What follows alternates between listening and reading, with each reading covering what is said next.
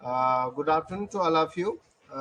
As per schedule, today's our guest speaker is R.K. Chaturvedi sir. Before starting our today's session, I would like to brief introduce him against our participant. Ramakant Chaturvedi sir is presently advisor at Bamboo State Bamboo Mission Bhopal. He is a Chief General Manager, retired MP हस्तशिल्प एवं हथकरघा विकास निगम.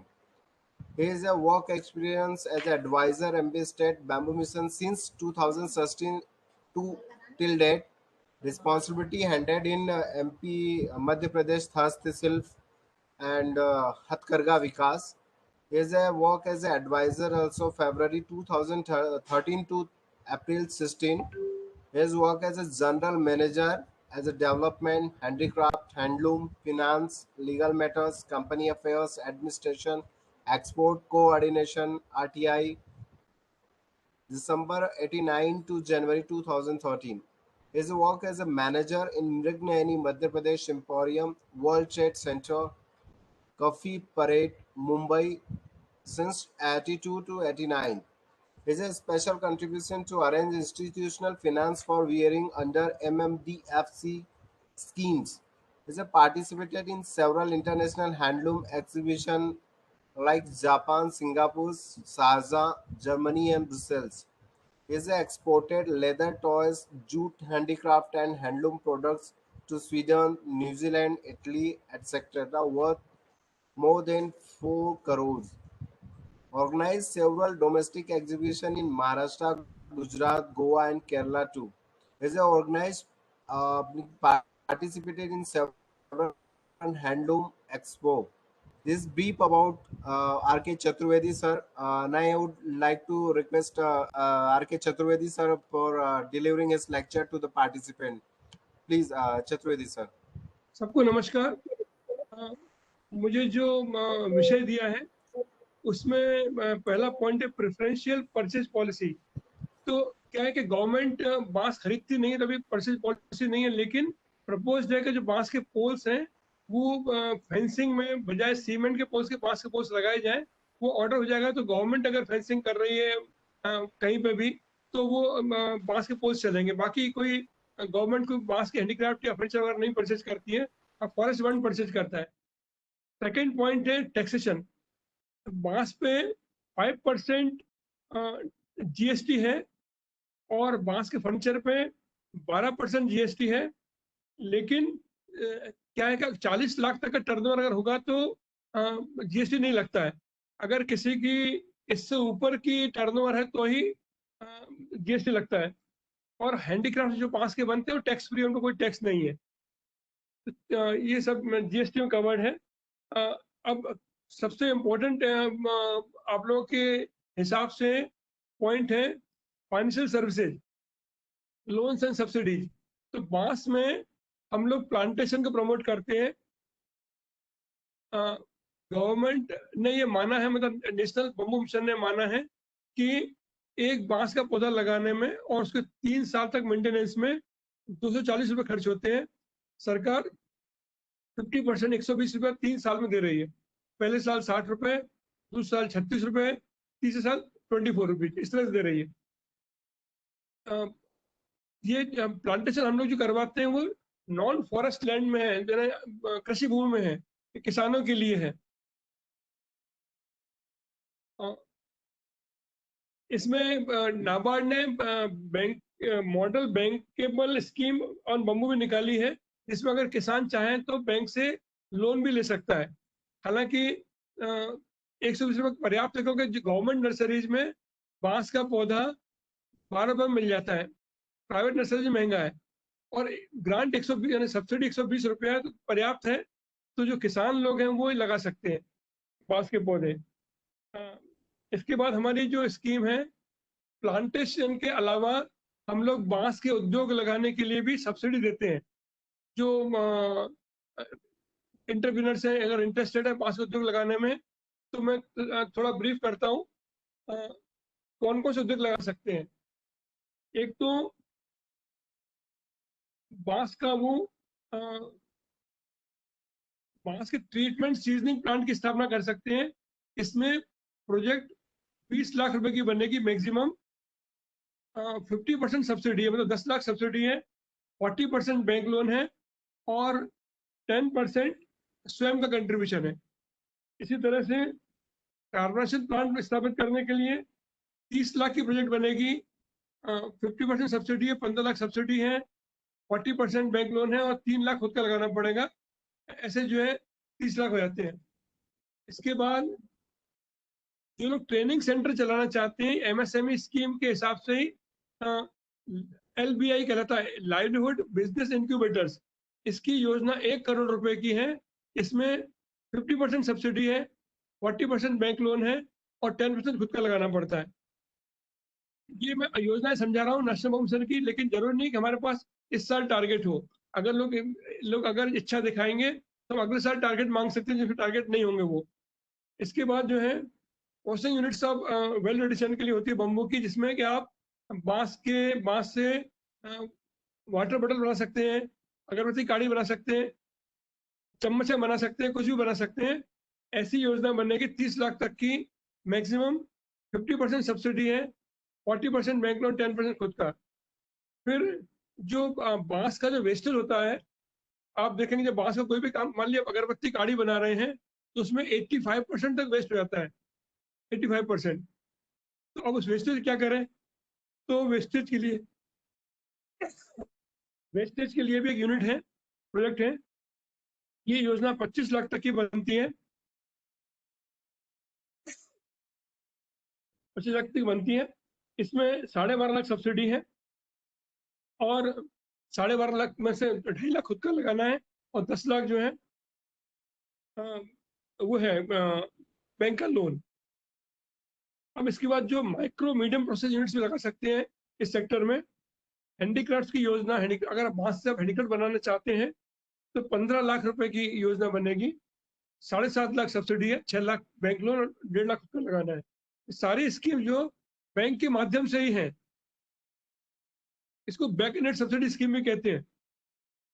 Furniture making unit बनती है 25 लाख की, jewellery making 15 lakh की, bamboo incense stick making मतलब अगरबत्ती इकाई बनाने की 25 लाख की, फैब्रिक फाइबर बनाने की इकाई 50 लाख की, और CFC कॉमन फैसिलिटी सेंटर स्थापित करना हो तो 25 लाख की बनती है। फिर इन सब में 50% सब्सिडी है। जो bamboo board, mat, concrete sheets और फ्लोर टाइल्स बनाने की योजना है, वो 2 करोड़ की बन सकती है। इसमें 30% सब्सिडी यानी इसमें 2 करोड़ रुपए की योजना बन सकती है। 30% जो है 60 लाख रुपए सब्सिडी है, बाकी 20 लाख खुद को लगाना पड़ेंगे और 1 करोड़ 20 लाख का बैंक लोन है। इसके बाद एक्टिवेट कार्बन रोड बनाने की इकाई है, ये भी 2 करोड़ की है, इसमें भी 60 लाख सब्सिडी है, 1 करोड़ 40 लाख में से 20 लाख खुद लगाना पड़ेंगे, बाकी बैंक लोन है। ये सब्सिडी और ये मैंने आपको बताया, सब्सिडी और लोन इसमें से मिल जाता है। अब मार्केटिंग की बात आती है तो बांस का जो आइटम बनाते हैं, जो उत्पाद बनाते हैं, इसके लिए मध्य सरकार के मृगननी शोरूम से उनके थ्रू बेच सकते हैं। शोरूम जो पूरे देश में एग्जीबिशन में लगाते हैं, वो देख सकते हैं, उसके थ्रू बेच सकते हैं। हमारे बंसीपुरे में उनके माध्यम से बेच सकते हैं। और इसके बाद अलावा गवर्नमेंट की एजेंसी, जैसे कि केरल स्टेट गवर्नमेंट की है, झारखंड की है, ये लोग भी प्रदर्शनी लगाते रहते हैं। प्रदर्शनी में पार्टिसिपेट करने के लिए हम लोग को भी बुलाते हैं, आने जाने किराए देते हैं, खर्चा भी देते हैं। इस तरह से मार्केटिंग करने में भी जो है। अच्छा, इसके अलावा आप अगर अच्छे आइटम बनाने लगे, ऐसे अच्छे स्टैंडर्डाइज, तो आप जो अमेजोन, फ्लिपकार्ट सारी एजेंसी जुड़ सकते हैं, उनके माध्यम से बेच सकते हैं। मेरी आवाज सबको आ रही है ना?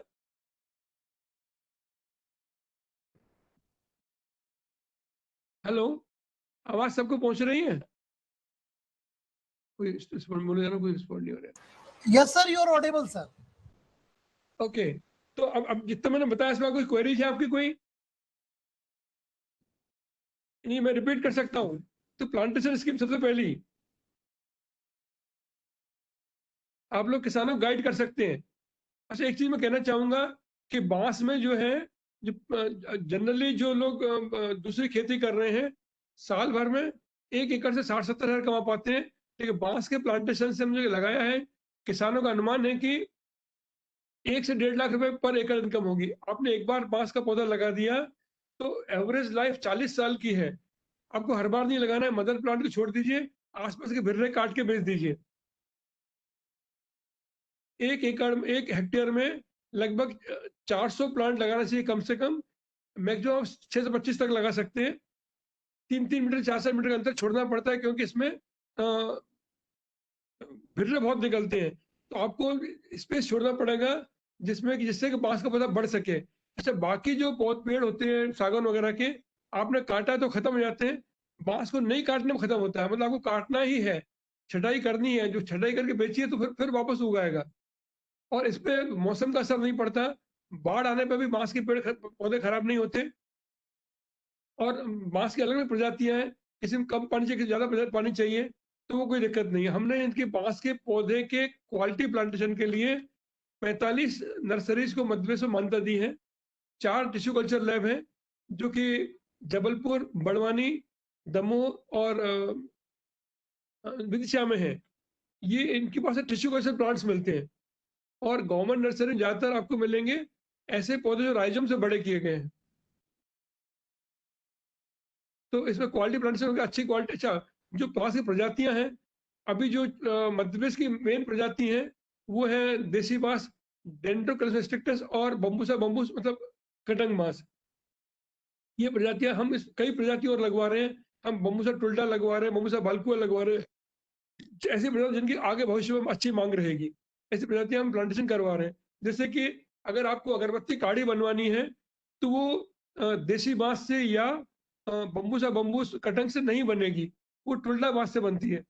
अभी वर्तमान में टुल्टा बाँस जो बना रहे हैं काड़ी वगैरह, वो लेके आते हैं असम और त्रिपुरा से, नॉर्थ ईस्ट से लेके आते हैं। लेकिन हमारा अनुमान है, जो हमने प्लांटेशन करवाया है, अगले 1 साल 2 साल में मध्य प्रदेश में काफ़ी टुल्टा मिलने लगेगा, तो वहाँ से लाना नहीं पड़ेगा। तो जो भी आपके संपर्क में किसान आते हैं, अगर प्लांटेशन करना चाहते हैं, आप हमसे संपर्क करने कह सकते हैं, और उद्योग कुछ लगाना है तो हमसे कह सकते हैं।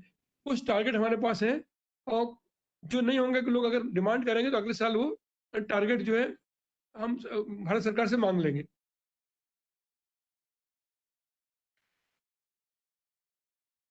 Any questions?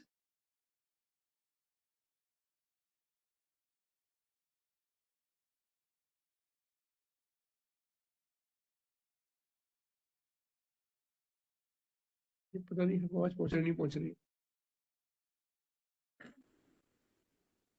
मैसेज कहाँ आ रहे हैं? नहीं आ रहे।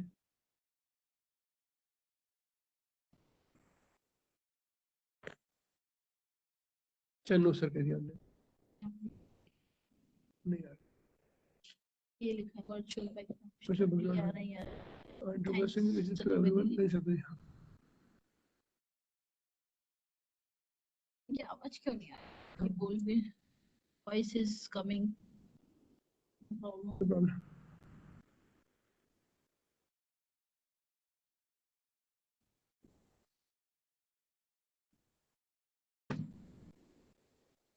तो बांस में ही आगे भविष्य है।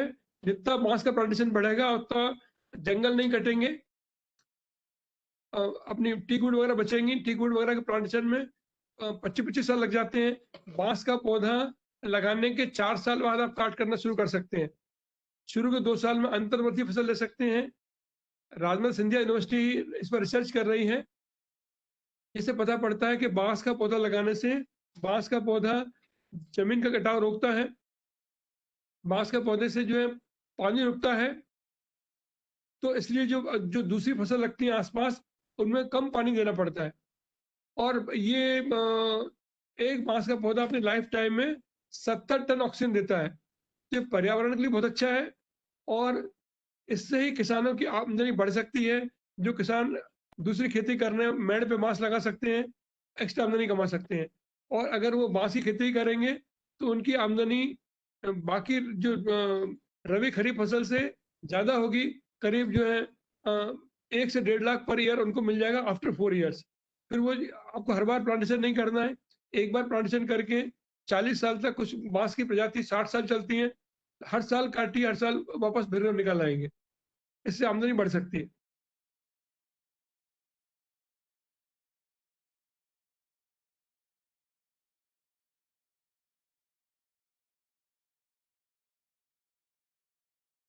आप में से कोई किसान है क्या?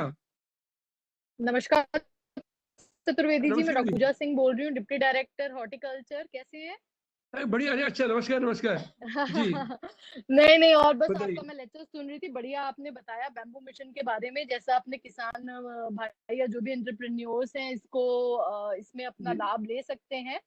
तो बस जी सर ने जैसा बताया, क्योंकि मैं एग्री इंफ्रास्ट्रक्चर फंड स्कीम भी देख रही हूँ, तो इसलिए जी बस मैं क्योंकि इन्होंने सर ने भी, चतुर्वेदी सर ने बताया है, इसलिए मैं साथ में उसको ऐड ऑन कर देती हूँ। जैसा सर ने बताया कि सीजनिंग, प्राइमरी सीजनिंग प्लांट के लिए बैम्बू मिशन के अंतर्गत आपको जो सब्सिडी का प्रावधान है 20 लाख के प्रोजेक्ट पे, कितनी सब्सिडी देते हैं आप चतुर्वेदी जी? 50% देते हैं हम। 50%। जो सीजनिंग प्लांट जी होते हैं अपने 50% देते हैं। तो जी, जैसे सर ने बताया कि 10 20 लाख लाख रुपए। का अगर हम सीजनिंग का प्लांट लगाते हैं तो 10 लाख रुपए तो आपको बैम्बू मिशन से सब्सिडी के तौर पे मिल जाएंगे। और जो शेष 10 लाख रुपए है, जिसका अगर आप लोन लेते हैं बैंक से, तो उसपे आपको 3% का इंटरेस्ट सबवेंशन का लाभ जो है वो AIF स्कीम के द्वारा मिल जाएगा। जी तो अगर आप बैम्बू से रिलेटेड अपना वो लगाते हैं, कोई भी इंफ्रास्ट्रक्चर डेवलप कर, आप एग्री इंफ्रा के अंतर्गत आप उस स्कीम का भी फायदा ले सकते हैं। बस चतुर्वेदी जी, यही कहने के लिए मैंने बीच में इंटरप्ट किया था। थैंक यू अरे वेरी बीच मच, में आपकी ऐसे प्रेजेंटेशन में बहुत स्कीम अच्छी थी। बता दूं मैं, थैंक यू। जिसमें कि आप भी जी हैं और हम भी हैं, जो अगर बम्बू जी डिपो जी sir, godown, bamboo depot godown लगाते हैं तो हमारे यहाँ बिल्कुल सब्सिडी मिल बिल्कुल जाएगी और आपके यहाँ से इंटर सब्सिडी मिल जाएगी। इसी तरह बिल्कुल। से जो है ये बम्बू मंडी हाँ, के लिए, वो हट के लिए। मैं ये बैम्बू गोडाउन का मैं छूट गया था, जैसे चतुर्वेदी सर ने बताया कि अगर बैम्बू के गोडाउन भी आप इस्टेब्लिश करना चाहते हैं तो उसमें आपको सब्सिडी चतुर्वेदी साहब के यहाँ से बैम्बू मिशन के तहत मिल जाएगी। और शेष राशि में आपको 3% इंटरेस्ट सबवेंशन जो है वो AIF स्कीम के अंतर्गत मिल जाएगा। तो जो भी हमारे इंटरप्रेन्योर्स हैं वो अगर लगाना चाहते हैं तो उनको प्राइमरी प्रोसेसिंग के लिए उनको सब्सिडी के साथ साथ AIF स्कीम का भी फायदा मिल जाएगा। और इसमें बाकी कुछ में चतुर्वेदी हमारे अभी सर इस हैं साल टारगेट जी। नहीं है, तो अगले साल हम टारगेट मांग सकते हैं। अगर लोग हाँ डिमांड करेंगे बिल्कुल। तो टारगेट आ अगर सकते हैं। ये जी जी, जैसा जैसा चतुर्वेदी सर कह रहे हैं कि देखिए ये डिमांड बेस्ड अप्रोच है। हम तो कह रहे हैं कि शासन कह रहा है कि आप लोग अपना क्या कहते हैं टारगेट्स मांगे। आप मांगे आपको किस चीज के लिए लगाना है। आप प्राइमरी प्रोसेसिंग के लिए लगाना चाह रहे हैं या आप उसको और आगे बनाना कुछ सेकेंडरी प्रोसेसिंग के लिए भी चाह रहे हैं, तो आप इनसे टारगेट्स मांगे चतुर्वेदी साहब से। एंड बैम्बू मिशन से तो आपको टारगेट्स इस, ठीक है, तो ये तो फरवरी में नया आपका एनुअल एक्शन प्लान बनना शुरू हो जाता है। तो उसमें आपकी जो भी रिक्वायरमेंट होगी उसके अकॉर्डिंगली दे कैन प्लान। तो इस तरीके से क्या होगा कि उस अकॉर्डिंगली प्लान होगा। तो आप बिल्कुल सिर्फ सिर्फ सेशन में सुन के या ट्रेनिंग लेके मत रहे, अपना प्लान जो है उसको लेके चतुर्वेदी साहब के पास आप कभी भी जा सकते हैं। इसके अलावा AIF टीम बैठती है बीज निगम में, आप उसके पास कभी भी आ सकते हैं। आप अपना प्लान लेके आए और उसमें शासन की तरफ से आपको किस तरीके से क्या मदद मिल सकती है in the form of subsidy और in the form of AIF scheme, वो चीजें देखी जा सकती हैं। अगर मान लीजिए इस साल शासन के पास उस चीज के लिए टारगेट्स नहीं है, आप अपना प्लान लेके आए, जैसा चतुर्वेदी साहब कह रहे हैं, उसको नए एनुअल एक्शन प्लान के अंदर इंक्लूड किया जा सकता है। बस ये मेरा एड ऑन था सर। मैं तो खुद एक वो हूँ, क्या कहते हैं, पार्टिसिपेंट। तो मैं तो भी सुनने के लिए बैठी थी यहाँ पे। अच्छा, बट चूंकि आप दे रहे थे इसलिए आपकी आवाज कट रही है आपकी। मैं अपना पॉइंट कर। अगर अगर आवाज साफ आ रही है तो एक चीज और कहना चाहूंगा कि बम्बू प्लान ट्रेनिंग। लेके मतलब अपना इंटरेस्ट दिखाइए। हेलो, अपना इंटरेस्ट आपकी आवाज दिखाइए, प्रोजेक्ट बनाने में मदद करते हैं। फिलहाल जो छोटी प्रोजेक्ट्स हैं वो हम बनवाते हैं एक NGO से, तो वो पैसा चार्ज नहीं करता, फ्री में प्रोजेक्ट बना के देते हैं हमको। तो आप अगर इंटरेस्ट दिखाएंगे तो हम प्रोजेक्ट बनवा सकते हैं।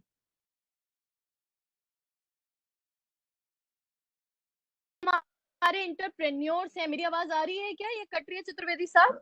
M I audible? अभी अभी आ रही है। जी। तो मैं यही कह रही थी कि जो भी हमारे इंटरप्रेन्योर्स हैं जो कि इंटरेस्टेड हैं, जैसा सर ने बताया, अगर आपको DPR बनाने में भी कोई दिक्कत आती है तो आप जाके अपना प्रोजेक्ट की जो भी आपकी थॉट्स हैं वो आप ले जाके चतुर्वेदी साहब से मिले। He is a very nice person, वो डेफिनेटली आपकी मदद करेंगे।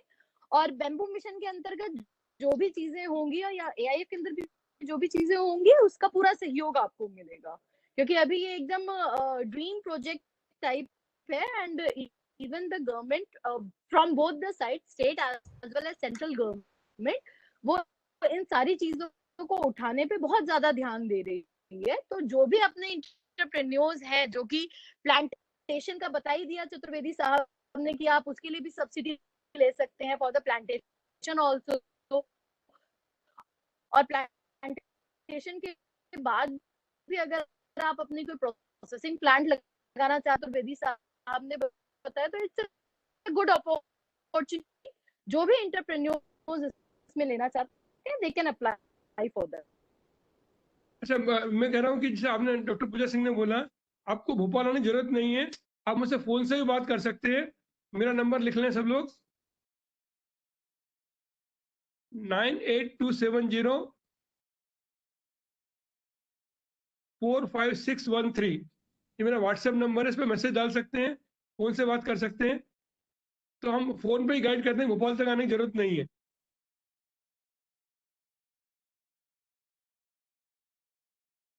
मुझे मालूम नहीं मेरी आवाज ढंग से पहुंच रही नहीं पहुंच रही है।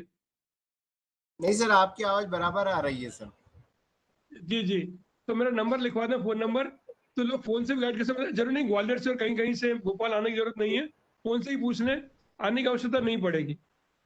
सर एक बार आप नंबर बता दीजिए तो दोबारा से मैं ये चैट बॉक्स में डाल देता हूँ सर, तो जिनको रिक्वायरमेंट रहेगी वो आपसे कन्वर्सेशन कर लेंगे। 98270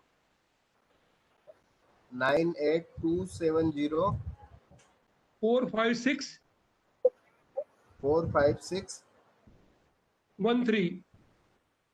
13। जी सर, मैं ये नंबर शेयर कर देता हूँ पार्टिसिपेंट के बीच। 45613। इसमें क्या है कि कभी कभी मैं फोन उठाऊं, किसी मीटिंग होऊंगा तो व्हाट्सएप मैसेज डाल दें, मैं कॉल बैक करूंगा। जी सर, जी सर। जी। और ये बहुत छोटा टॉपिक था, मार्केटिंग मैंने बता ही दिया, फाइनेंशियल सर्विसेज बता दी, लोन स्कीम बता दी। इसमें जो है एग्रीकल्चर फंड जो डॉक्टर पूजा सिंह का है, उससे सब्सिडी हमारे कुछ पोस्ट हार्वेस्ट वाली योजनाओं में दोनों चीज अवेलेबल है। हमारी सब्सिडी अवेलेबल भी है और इंटरेस्ट सब्सिडी भी अवेलेबल है पोस्ट हार्वेस्ट में, बाकी योजनाओं में नहीं है। बाकी से हमारी सब्सिडी है, पोस्ट हार्वेस्ट वो नहीं है। तो मुझसे फोन से पूछेंगे, बता दूंगा कि उनका क्या करना चाहते हैं, तो हम गाइड कर देंगे। इसलिए आप उनका इंट्रोडक्शन वो स्कीम्स का बता देंगे तो बेहतर होगा कि बच्चों को ये पार्टिसिपेंट को पता चल जाए। और कुछ फिर से बता मार्केटिंग दूं? रिलेटेड जी हाँ, मैं फिर से बता देता हूँ जो योजनाएं हैं। एक तो योजना है प्लांटेशन, मैंने समझाई दिया, लोग सब समझ गए होंगे कि 240 खर्चा अनुमान किया है 3 साल में, 120 सरकार देगी 3 साल में। पहले साल 60, अगले साल 36, 38, 24। 60 भी 2 किस्म देते हैं, लेकिन शर्त ये रहती है कि प्लांट्स जो है किसी मान्य नर्सरी से या मान्य लेबोरेटरी से ही ली जाए। तो वो जो मुझे संपर्क करें उनको मैं लिस्ट भेज दूंगा, उनसे ही खरीदना पड़ेंगे प्लांट्स। और डीएफओ इसको वो करते हैं, क्या बोलते हैं, मॉनिटर करते हैं, डीएफओ ही पैसा देते हैं, उसे फ्रंट उनके पास ही रहते हैं। तो प्लांटेशन के अलावा फिर जो है treatment seasoning plant, carbonation plant,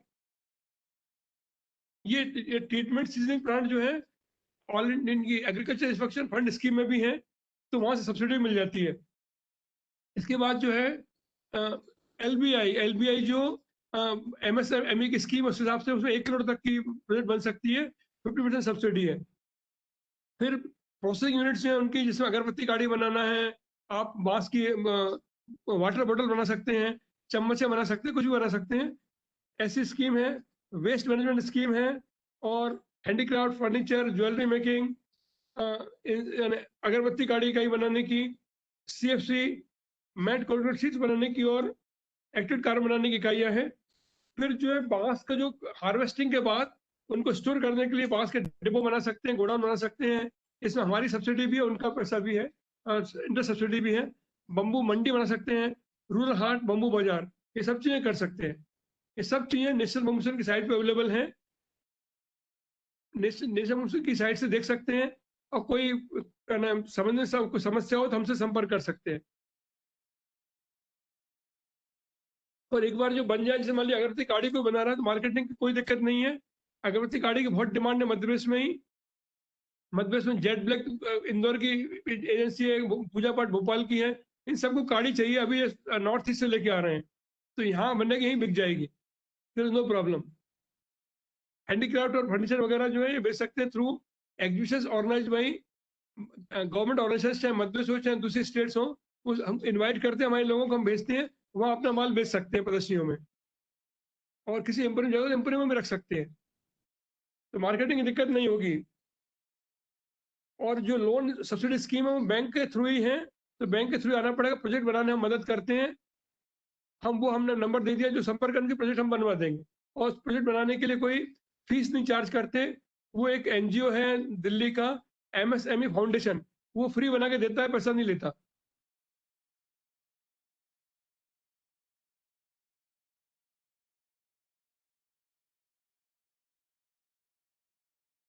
और किसी को कुछ पूछना है क्या?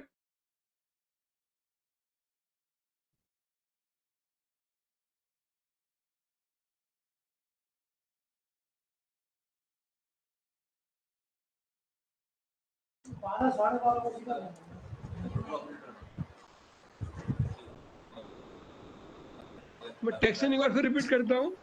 बांस पे 5% जीएसटी है, फर्नीचर में 12% जीएसटी है, लेकिन टर्नओवर 40 लाख से ऊपर जाए तभी है। अगर छोटी यूनिट है, टर्नओवर 40 लाख से कम है, तो कोई जीएसटी नहीं है। और हैंडीक्राफ्ट टैक्स फ्री है, बांस के हैंडीक्राफ्ट कोई टैक्स नहीं है, कितना भी टर्नओवर हो।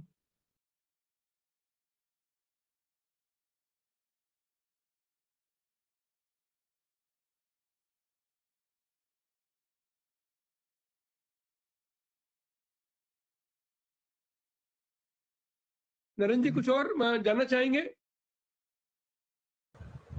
ठीक है सर, आई थिंक। और यदि कुछ पार्टिसिपेंट की क्वेरी है तो ठीक, हाँ, तो मैंने नंबर दे पार्टिसिपेंट दिया है को मुझे। पूछना है।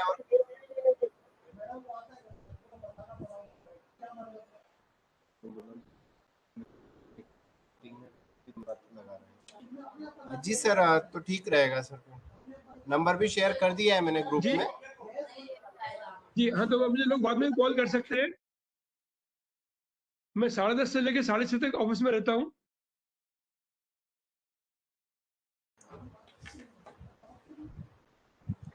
और ये व्हाट्सएप नंबर है, कभी फोन ना उठाऊं तो मुझे व्हाट्सएप मैसेज डालेंगे, मैं कॉल बैक कर लूंगा।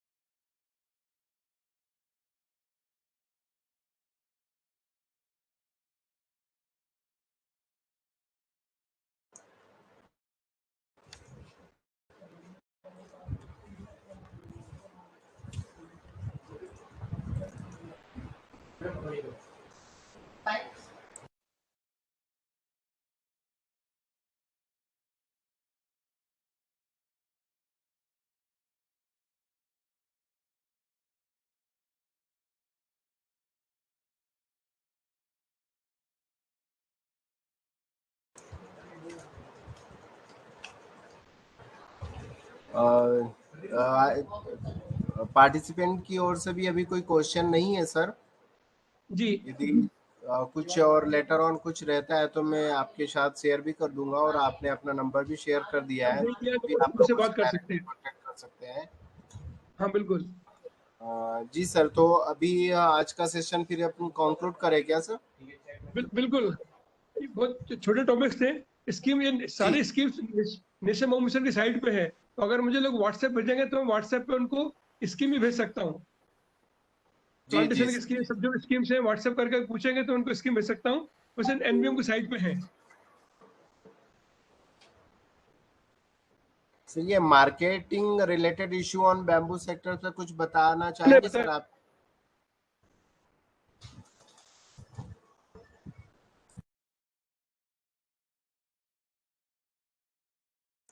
सर आपका आवाज कट गया है।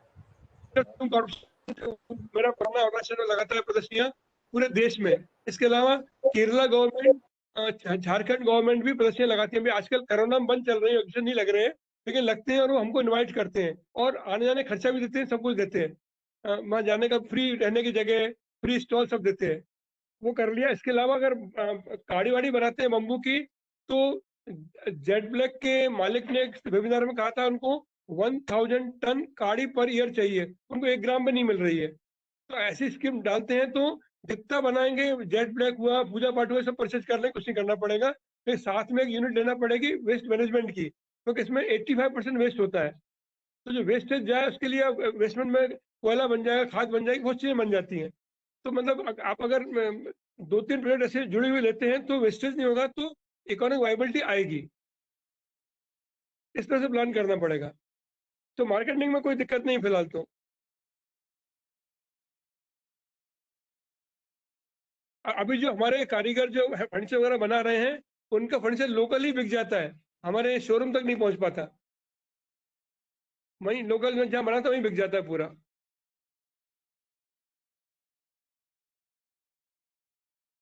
और बोले सर, डॉक्टर नरेंद्र जी।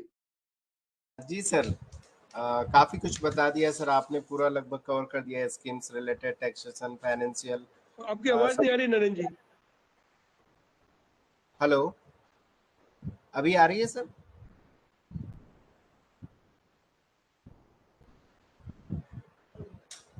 सर मेरी आवाज आप तक पहुंच रही है?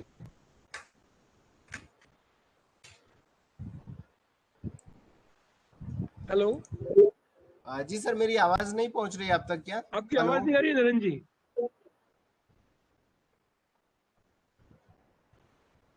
तुम्हें आ रही है? सर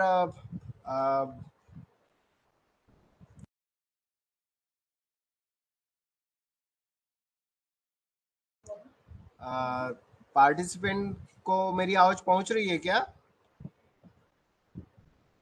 सर आ रही है, आ रही है। सर यस जी सर। सर, कुछ नेटवर्क इशू होगा सर शायद, आपके यहाँ स्पीकर इशू होगा सर, बाकी लोगों को पहुंच रही है आवाज।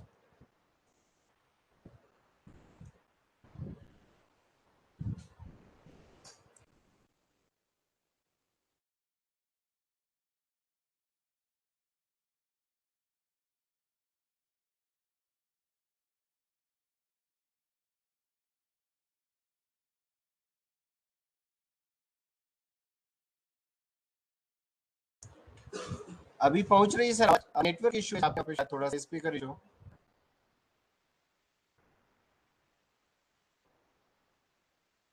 नेटवर्क प्रॉब्लम, आवाज नहीं आ रही है।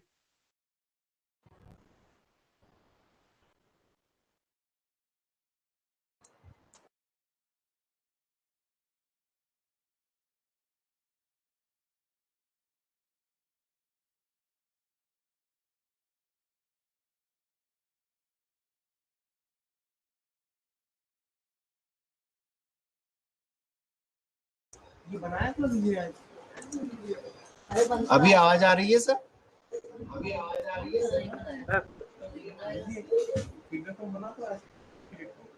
चतुर्वेदी सर, आप तक पहुंच पा रही है मेरी आवाज? नेटवर्क प्रॉब्लम, आवाज नहीं आ रही। ऐसा कि बातचीत हो चुकी है पूरी, मैसेजेस आ रहे हैं। मैसेज दिखाई दे रहे हैं।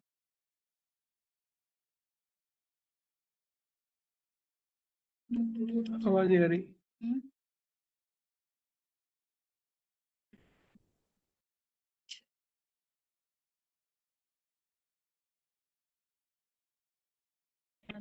ये तो ये लिखा है और लिखिए।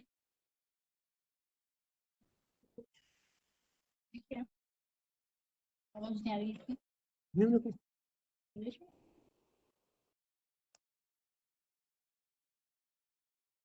No,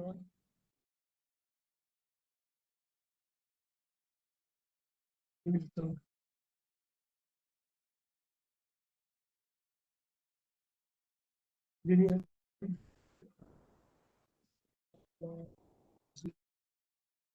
uh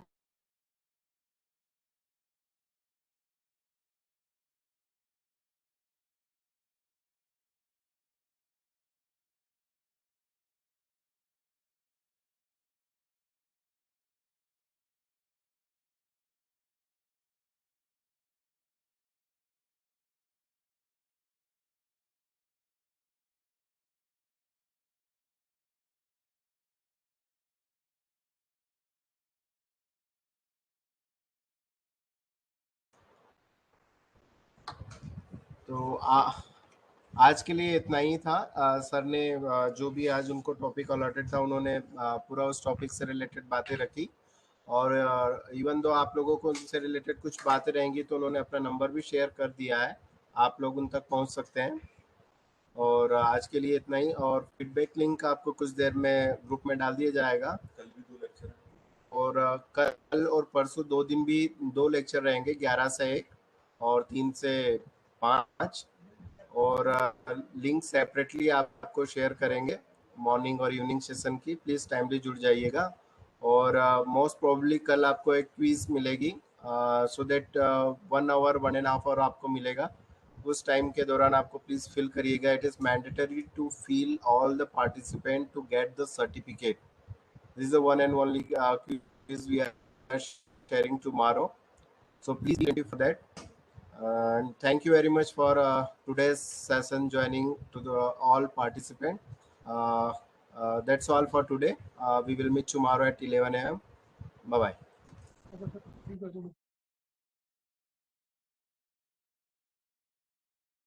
Thank you.